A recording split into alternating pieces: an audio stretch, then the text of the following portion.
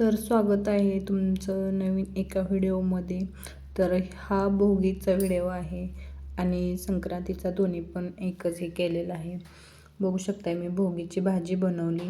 तुमच्याकडे कसे बनवतात अशा प्रकारे मी बनवली. त्याच्यानंतर हे खण आणलेले असतात ते पूजून घ्यायचे. ते आदल्या दिवशी आमच्याकडे पूजतात आणि भोगीचा नैवेद्य लावतात. तुमच्याकडे कधी असते?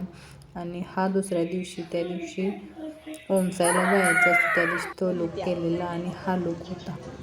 बघू शकता.